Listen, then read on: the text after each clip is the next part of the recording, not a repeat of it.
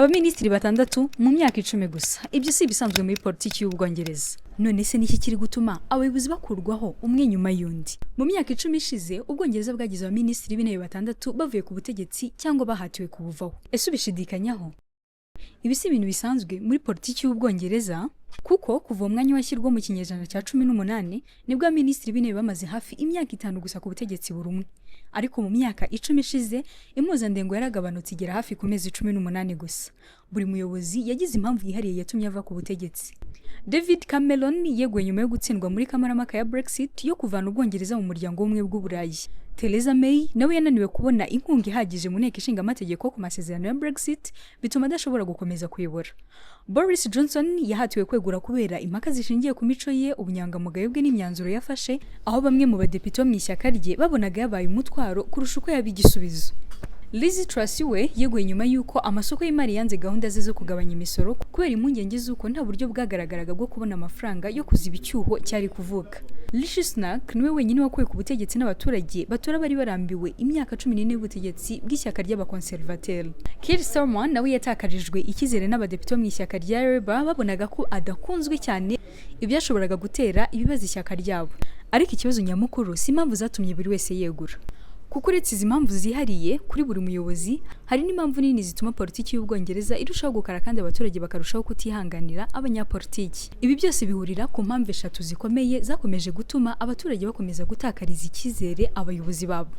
Impamvu ya mbere nuko imibereho y'abaturage idatera imbere. Iki kibazo cyakajije umurego nyuma y'ihungabana rikomeye ry'ubukungu ryo mu mwaka wa 2008, aho abantu benshi bumvaga ko ubuzima bwabo butazazamuka nk'uko byari bisanzwe, kandi icyizere cy'uko abana babo bazabaho neza kurushaho bo ubwabo cyaragabanutse cyane.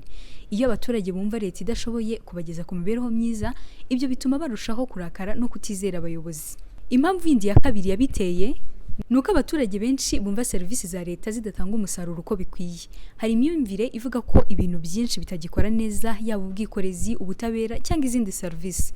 Kubera ko ubukungu bwazamutse gahoro, guverinoma zikurikiranye zabaye zifite ubushobozi buke bwo gushora amafaranga mu bikorwa remezo, uburezi ndetse n'ubuvuzi. Impamvu ya gatatu ni impungenge ku bumwe bw'abaturage. Abaturage benshi bumva igihugu cyaracitsemo ibice.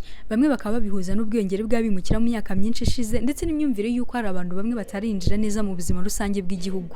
Nubwo ari impaka ku kuri kw'ibi bitekerezo, abaturage benshi bumva abayobozi babo batarigeze bumva neza impungenge bafite ku buryo igihugu cyahindutse.